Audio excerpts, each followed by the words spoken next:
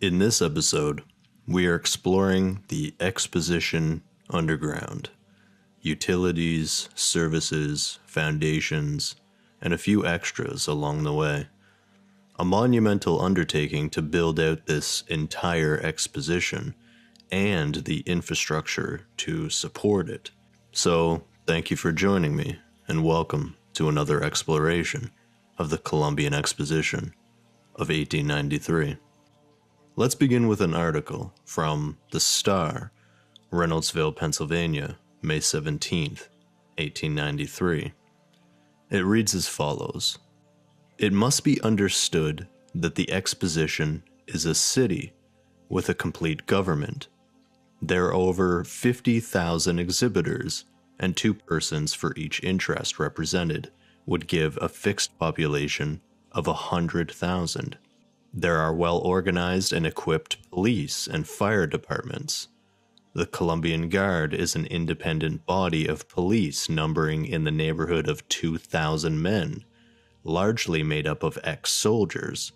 This body is commanded by Colonel Edmund Price of the United States Army, and all of its superior officers are detailed from the Army. The men are uniformed like soldiers, wear short swords, and are under strict military discipline. They present a fine appearance scattered about the grounds. Police and fire stations are placed at strategic points, and the floors of all the buildings are patrolled night and day as a protection against fire. So how very interesting. A city with a complete government, well organized and equipped. Police and fire departments that have strategic points and are patrolled day and night against fire. The Columbian Guard also being a private military, essentially, at the grounds. Is this the kind of presence that is still being implemented at world expositions today? Now here's some interesting notes on the Columbian Guard, quoted here from a book referenced in a previous episode, History of the World's Fair. The Columbian Guard is a military organization under the control and direction of the Exposition Company, having no connection with the Chicago Police Department. To be sure, these guards have been abused and caricatured for the severe performance of their duty. They have been sworn at, reviled, and knocked down. They have not only arrested disreputable and suspicious persons, but they have even placed department chiefs, directors, and commissioners under arrest and trotted off their own commandant to headquarters for attempting to do what he himself had forbidden. Additionally, we have the Guard in action within this next segment that states, up to the opening day, the Columbian Guard had extinguished or helped extinguish 284 fires, and on one occasion saved machinery building from complete destruction. While the splendid conduct of the guards on the day of the destruction of the cold storage building elicited general commendation, it is not improbable that the guards perform their duties in a too severely civil way to suit many not all acquainted with or used to military discipline and feigned insensibility of discriminating powers. But all the same, they have been faithful and vigilant from the first to last, and the Exposition Company has been greatly the gainer by their effective patrol, ambulance, and fire department work.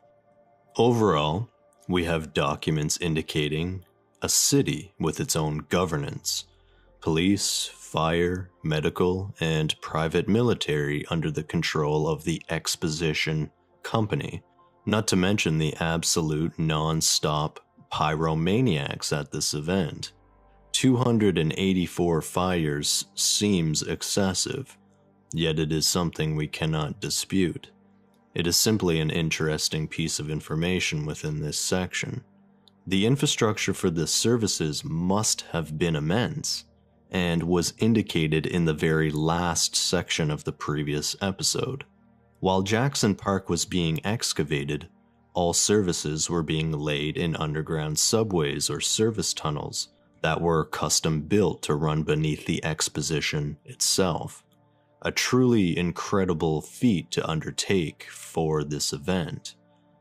Looking at this image, which is sourced from Campbell's Illustrated History, we have a construction image of the electric subway.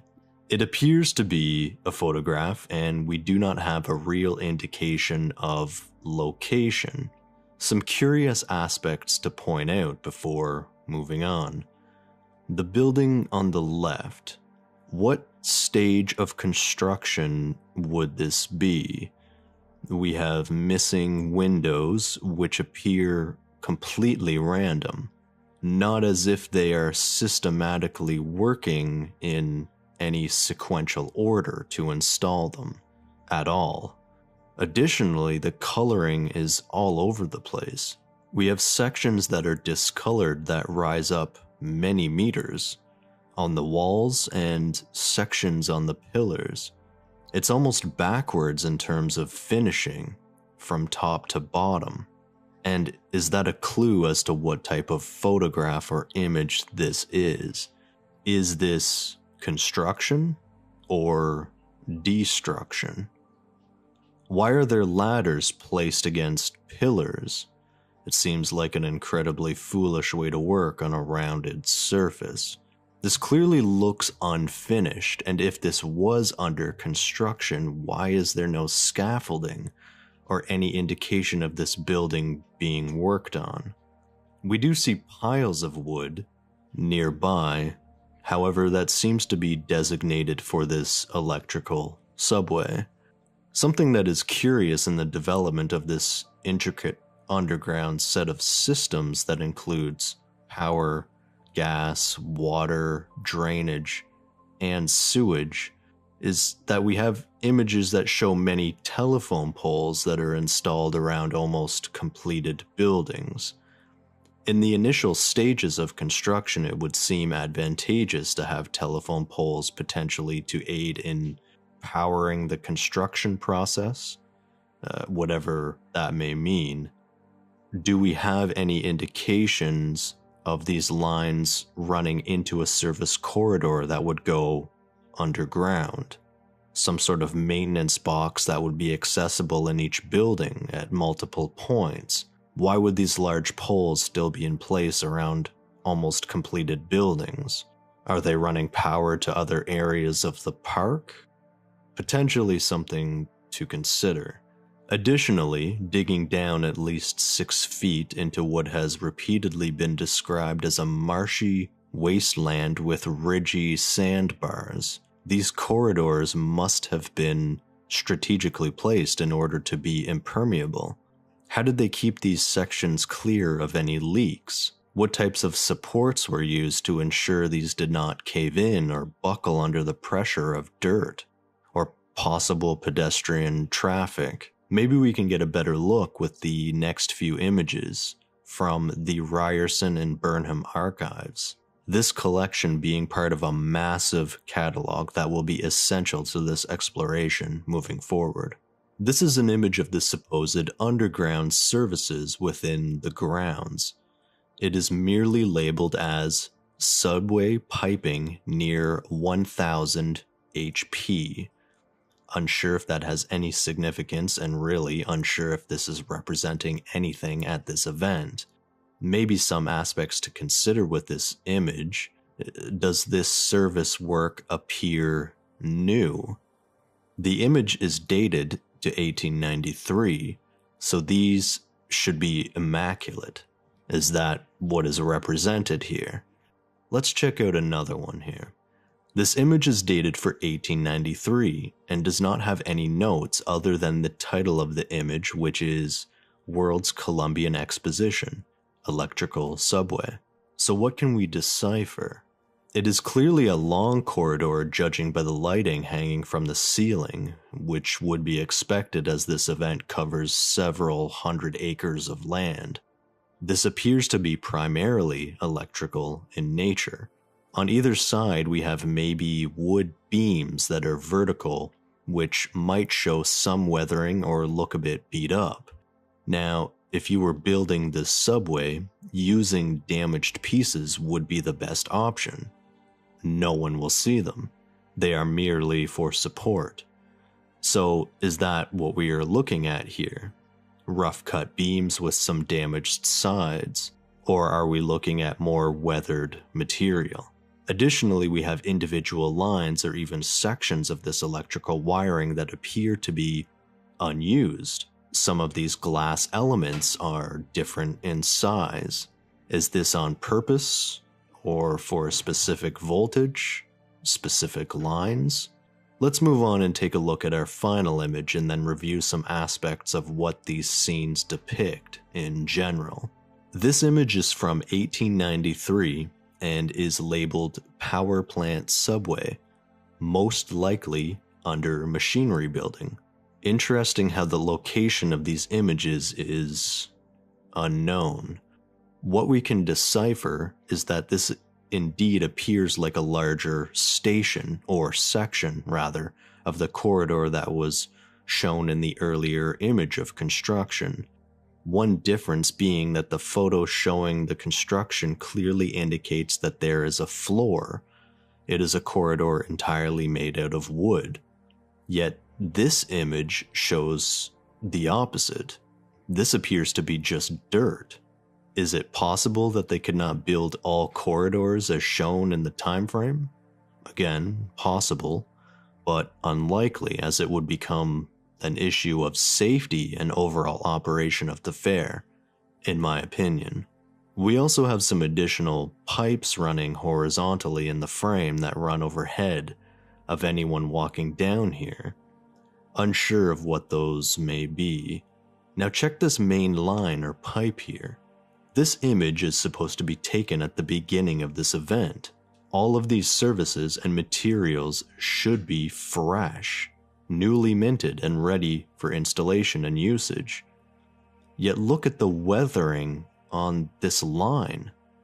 In all honesty, it looks aged, and that might be putting it lightly. This looks almost ancient in a sense. And what type of material is this? It does appear that there is a welding mark along the top which would indicate some sort of steel or metal. Unfortunately, the resolution is not great. At first glance, it almost appeared as stone that had been weathered away from erosion. Do steel or metal pipes erode in this manner? It is certainly very curious. After the initial viewing of these images, here are some questions to consider while looking at another additional image of an electrical subway east of the lagoon. The underground work for all of the mentioned services would have been immense. Look at just the wiring in the small section of those images, for example. So let that be the first inquiry. How much wiring would be required to kit this event out? Kilometers? Tens of kilometers? What about the materials to manufacture this wiring? The copper, the casing, the spools? Consider the glass or possibly porcelain insulators that we see in this image alone. There's roughly 50 in this section. What are the logistics of manufacturing hundreds, thousands, or potentially tens of thousands of these insulators? This is a monumental amount of material just for the underground electrical system. And remember, this was only the underground sections. This exposition was wired up. Buildings, canals, fountains, the basin, walkways. This entire event was an incredible achievement in electrical prowess. According to plans adopted for lighting, the buildings and grounds provide for 138,218 electric lamps, of which 6,766 are to be arc lamps of 2,000 candle power each, and 131,452 incandescent, 16 candle power each. The electric lighting will cost something like 1.5 million and will be 10 times as extensive as was employed at the Paris Exposition. The light and motive plant at the Exposition, it is estimated, will require 26,000 horsepower, of which 22,000 will be required for the electric plant. Additionally, we have all of the pipelines that would be required for this corridor and event in general: sewage, drainage, water, and gas. It always comes back to logistics, and that's where these issues become less probable. How much steel would be required to establish this type of infrastructure? How long would it take to manufacture this material? Who installed it, and how many workers would it require to install this system effectively and efficiently? What about testing, pressurizing, ensuring there were no leaks? Was there someone in charge of checking these systems, walking the corridors underground? Or did this monumental system of services work impeccably after installation? Let's refer back to our initial plans regarding these systems. To supply the exposition buildings and grounds with water, 2 plants are being put in. One with capacity of 24 million gallons a day, and the other of 40 million gallons. Thus, 64 million gallons a day will be available. The pumping, works, and all of the great machinery furnishing power to the exposition will be open to inspection of visitors. A system for drainage believed to be adequate and perfect has been adopted. Perfect sewage 2 is planned. All refuse from cafes and kitchens and from the lavatories and closets, of which 6,500 will be constructed at an expense of some 450,000, will be received by injectors and forced by compressed air through underground pipes into 4 huge tanks, where it will be treated chemically and rendered entirely inoffensive. Work upon these systems is progressing.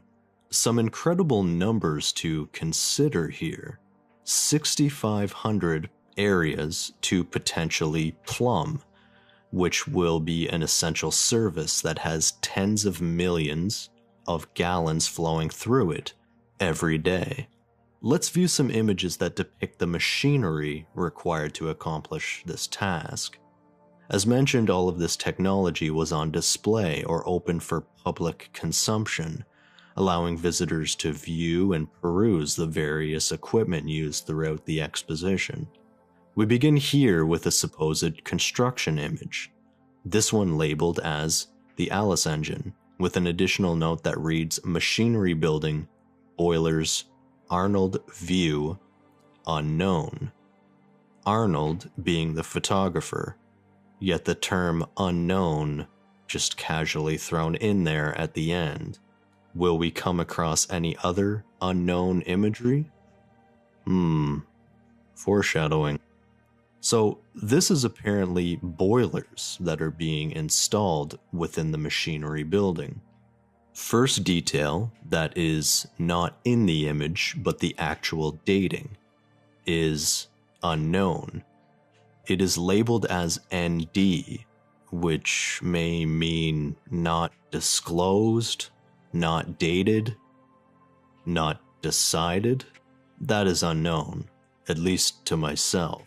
Next, we have these almost blinding highlight spots that have obscured the upper portions above these boilers. It is curious that if this was sunlight, we would have a similar effect on the skylight in the top left of the image. As a photographer for one of the most prestigious events in American history, it is puzzling why Arnold would shoot a photo from this angle. Usually, when photographing a subject, it is always wise to use the light to your advantage, basically standing so the sun in this case would be behind you.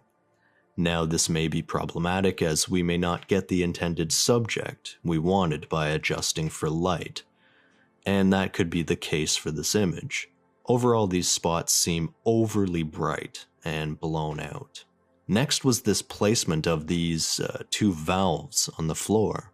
It seems unusual to install something of this nature, a literal valve and something you may need access to at some point, to be installed in the ground. Surely there would be access panels, yet this seems unnecessary. Was it done specifically for this machinery? Maybe there is some logical application or purpose that these valves were installed this specific way. That is unknown. However, maybe someone has a bit more knowledge that could comment below. Additionally, we have this strange circular object that may look familiar. Now, this may be a stretch, however, this object looks vaguely similar to what was beside the underground pipe in the subway system in an earlier image. Maybe this has a simple connection, however, in both images it does appear worn or aged. Now, moving on to our next image that is dated for 1893. Again, part of the Ryerson and Burnham collection and shot by Arnold, CD. This is an exterior image of the machinery building or machinery hall. No notes of any importance with this one. This image was interesting and felt it represented contrast as was discussed in the last presentation.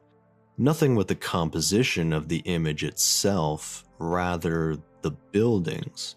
This will definitely be a topic for a future episode and may require its own episode in its entirety, and that topic is branding. To keep it brief for this example, it is the consistency of an entity's persona, its messaging, its media or correspondence, its products, its overall image. It could be a company, a person, a city, or a world's exposition. We see that there was significant effort poured into the creation of these magnificent buildings, yet this area in comparison could almost be described as simply slapped together. Is it possible the timeline simply was too short and they had to make do? Maybe this is an area that is largely unseen by the public. Was it simply unnecessary to build in an elaborate manner? Was this an addition to structures that already existed? That's up for you to decide. Before moving on, one last detail on this image. It is possibly a trick of light, yet this circular porthole looks to be lacking a window. Our next image is labeled as the boiler room in the machinery building. Unfortunately, the date of object or view as stated on the site is ND. Again, the note on this image states, again, machinery building, boiler room, Arnold view, unknown. Surely this must be 1893 as this looks completed and operational. Is it not? Let's run down some details of this image. The first minor detail is the blurring of these two spots on the upper right of the image. Maybe this is steam or some sort of exhaust. Certainly unusual and almost an eerie similarity to one of the previous images of the boiler room. So on to the main focus of this image, the bricks. Looking around this image, we can see that the unit on the right is at least outlined in brick. The wall or mid-floor on the left is comprised of brick, and the entire floor of this room is laid with brick. Not to mention the circular detail at the top of these boilers. Alright, imagery such as this begins to present some serious, logistically heavy projects. It pushes the probability of the actual historical account further into obscurity. Not to mention the strange inconsistency of our previous image showing that valves and pipes were installed And then was this brickwork placed on top of it? Around it with the service area maybe? What would be the reasoning for what was shown in this image versus the completed one? Unfortunately, the quality of the imagery from this gallery is not great, and I'm working on getting higher resolution images to clarify some of these details. Is it possible that even the back wall, directly in the middle of this image, is also brickwork? With the magnitude of the brickwork shown in this single image, it most certainly adds an additional element of time, craftsmanship, labor, production, transportation, and just general logistics. In saying all of that, it is possible this area had to be reinforced, as tons of equipment would be resting within this specific area. A suitable foundation would be required for such a display. Yet then the question surfaces again of being temporary. All of this engineering, this construction, this intricate maze of pipes and valves, this technology, it could not be repurposed for any other need within the growing city of Chicago? Suppose none of that matters when a massive conflagration is lurking in the near future for this event. I'll showcase a few more images that I gathered while researching and read a section from a book called The Book of the Fair regarding this boiler system. The boilers are all of the water tube type, which in brief consists of a bank of tubes a few inches in diameter and a dozen feet long, inclined upward and connected with a large steam drum or reservoir. The tubes are expanded at either end and the entire apparatus is filled with warm water up to about the middle of the drum. As the steam is generated by the flames beneath, it passes from each pair of battery of boilers into one common pipe, which delivers it in turn to the headers or reservoirs located under the gallery floor. The water is then drained from the headers and returned to the boilers for further use by a separate system of pipes. To boilers of this pattern, it is claimed that even an explosion causes but little damage, since the enormous power which they generate is distributed between 11 or 12,000 tubes. After the plant was put in operation, several of the tubes were burst, and yet without serious injury. The boilers are all operated on the same general principle, consuming about 12,000 gallons of oil an hour, and evaporating more than 100,000 gallons of water, generated in these monster batteries and emptied into the headers under the gallery. The steam is conveyed to the engines in Machinery Hall. So after reading this section initially, the usage of oil was just interesting. So 12,000 gallons per hour, that is 288,000 gallons per day, which equates to roughly 8,640,000 gallons of oil per month. And to run this exposition for roughly 6 months, that would total roughly 51,840,000 gallons of oil. And that's just a fun fact. Let's continue on reading. The oil is stored in iron tanks enclosed in a massive brick vault in the southeastern portion of the grounds and with a total capacity of 112,000 gallons.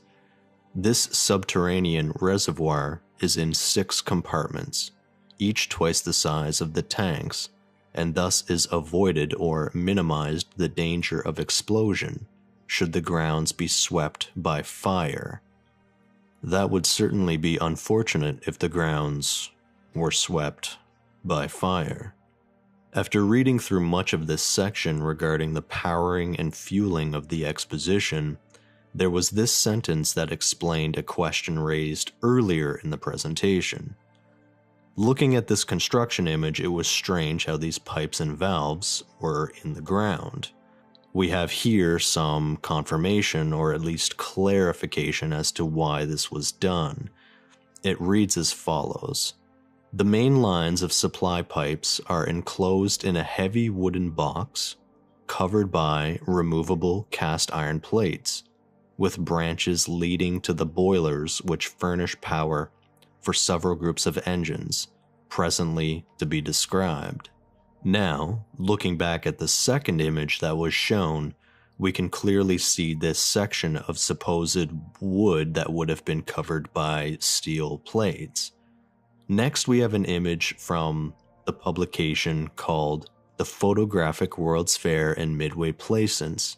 This may sound familiar, as this book was referenced in the last presentation for the contrast demonstration near the end.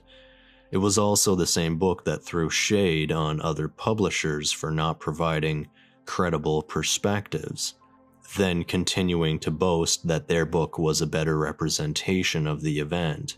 Yet the one image from that book we inspected was riddled with illustrations, which would, in my opinion at least, reduce the credibility of your publication. You can almost taste the irony.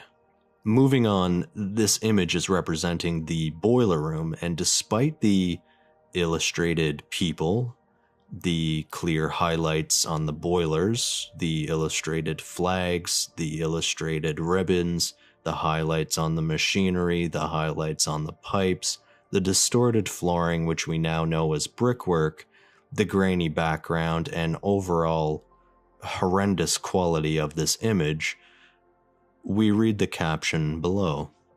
The boiler room of Machinery Hall was a sight worth seeing for the student of modern industrial methods. Here was arranged the greatest battery of boilers in the world, the illustration showing its enormous length. No coal was used, the fuel supplied being entirely of kerosene oil. The soul of Watts would have been delighted with the spectacle. An interesting data point, as this was considered the greatest battery of boilers, which has been referenced before in these books. This was one instance specifically here. Note the use of the word illustration once again. There's an increasing number of the greatest or the biggest going on at this exposition. The largest building in the world. The first and largest Ferris wheel in the world, the largest battery of boilers in the world, the largest amount of electrical lights at an exposition, the most visitors, the biggest footprint in terms of acreage. And what is this here? Oh, it's just the world's greatest dynamo, which was the largest ever constructed for the generation of electrical power. We are going to read this section about the Intramural Railroad Company's dynamo. It may be desirable to many, however, to know just what an electric dynamo is. In 1864, 30 years ago, the Italian Pacchinetti described in a scientific journal an electromagnetic machine and said it could be used to generate electricity by applying power to revolve the armature. Nothing came of it at the time, but in 1873, at the Vienna Exposition, somebody accidentally picked up and attached to the terminals of an electromagnetic machine the ends of two wires which were lying on the ground. These two wires happened at that moment to be attached to another similar machine that was running by steam power. The idle machine began to move like the other, then became known what very strangely was not known before or revealed by investigation, and the revolutionary twins were born, the dynamo and the motor, which are together changing the aspect of the civilized world. And with that, your desire to know how the dynamo came to be should be satiated. No details left out, with a crystal clear explanation. As for this picture, it's hard to decipher what is happening here. There is some indication of illustrative strokes on the gears or wheels in the background of the image. Is this a construction photo before the fair? Possibly maintenance or repairs? Or maybe somebody is at it again, fiddling with wires and different machines to invent the next best technological advancement for the upcoming expositions. Let's move on before somebody gets out of hand. This next image is taken from a publication called The Book of the Fair. We see a man standing beside a machine known as the Westinghouse Railway Generator. Initially, there are indications of manipulation, specifically with the upper metal structures, appearing mostly illustrated in this image. That is not the main focus, however. The most curious aspect of this image is the bricked section around this machine, which is roughly 5 to 6 feet deep, at least, and that is what we can visibly see. This brings up another line of questioning about the temporary nature of this event. When reviewing the amount of machinery present and on display at this event, what kind of structural supports were in place to ensure these machines didn't sink into the swampy wasteland that was Jackson Park? Were certain sections built with brick, like this image indicates, in order to house specific machinery? Understandably, this would make the most sense to build with a more durable material should the machinery require that type of foundation or protection should anything go wrong. Now consider what we just viewed with the annex of the machinery hall containing all of the boilers. The foundation or base level was entirely comprised of brick. Is it possible that the machinery hall was of the same treatment? It's difficult to get any more details from this image specifically, as the floor has been manipulated and illustrated over. And that is, of course, up to you to decide. Speaking of structural foundations, from here was the line of research into the chief engineer of the World's Columbian Exposition, Edward C. Shankland. A quick search provided an article regarding the Navy Pier in Chicago, which is certainly an incredible engineering project in itself. This excerpt is from yourchicagoguide.com and provides a correlation that linked these two events, or projects, in terms of their initial construction process. It reads as follows. The plan he devised to keep the massive pier stable might have seemed like overkill. Workers drove more than 20,000 Oregon timber pilings between 20 and 27 feet down. Steel tie rods anchored the pilings, which were topped with a concrete foundation that supported the steel columns of the pier's buildings. A triple row of piles supported concrete dock walls. Those were bordered with clay, rock, and sand and were buttressed by loose rock. That thing was not going to move, and it hasn't. What seemed interesting is that many of the buildings at the Columbian Exposition were built in the same manner, using piles, hundreds of them. Strangely, there is limited information about this process in many of the publications used to research this presentation, most just showing an image of what the piles looked like. We have some images of the process of pile driving. Unfortunately, I could only find one clear image of this process that is even labeled, indicating that this was what was happening. Were these piles driven 20 to 27 feet into the ground, as was done for the Navy Pier? Again, unknown. However, this in itself seems like a monumental engineering task. This, like anything during the building process, requires planning, knowledge of structural integrity, and precision. The buildings shown at this event are monumental, even if we do take the historical account at face value.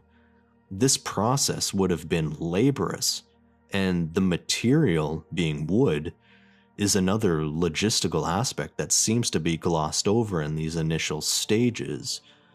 Where was all of this wood sourced from? And how long did this endeavor take?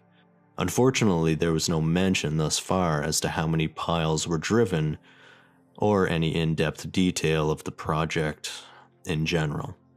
We also have imagery of what appears to be a different style of foundational work for the government building, indicated here from the Ryerson and Burnham Art and Architecture Archive. Unsure if this was the process after driving the piles and using these Jenga-styled foundation sections on top. Additionally, there is this image which shows a supposed test for this style of foundation using a section of I-beams arranged in a triangular fashion.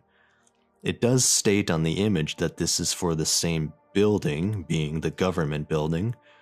It is hard to discern if this is showing anything meaningful, though. This next image blurs the lines a bit as this triangular section is then dug into the ground and then labeled as a test for foundational support for the manufacturer's building. These images all seem so peculiar. This is the only image that shows these sections of iron in the ground. So was the test successful? Does this even make sense as a structural test? We don't necessarily have a photo of the multiple holes that would be dug for all of these various foundational steel structures. Maybe they tested one and figured that would be fine for the rest, which seems like risky business. Yet I have minimal knowledge in this realm of construction. Before wrapping up this presentation, there was one additional note to bring up in regards to the government building, which will also segue into the next episode's exploration. Was this event temporary, or do we have indications of these formerly treated materials, like this image? Pause the video if you're interested in reading this entire caption, but it is only the last sentence that is relevant here. It is built solidly of brick, iron, and glass, thus being practically fireproof. What are we to make about such a claim? As always, that's up for you to decide. That will be the end of this presentation. And as with the others, I like to leave you with something to ponder after each episode. And this brief section is from Campbell's Illustrated History, and it reads as follows. It is titled, Rapid Work. January 1891. There was not a single sod turned in Jackson Park to mark where the World's Fair was to be held. When this fact is taken into consideration, together with the fact that on May 1st, 1893, the fair was practically complete, insofar as the buildings and grounds were concerned, the amount of labor done in the interval seems almost impossible. In a little over 2 years, a wild tract of land was made to blossom as a garden, and was covered with structures covering hundreds of acres of land. Beautiful lagoons and canals were formed from what was originally a boggy marsh. Paved walks and rustic bridges had taken the place of sand and mire holes, and what was a comparative wilderness only 2 years before was then the most beautiful city on earth. With that, I would like to thank you for your time, and hopefully this episode was enjoyable, entertaining, and informative. If you gained any value from this, give the video a like. Let me know what your thoughts are below in the comments. And if you're interested in learning more about the manipulation of historical documents, consider subscribing and learning about it with me.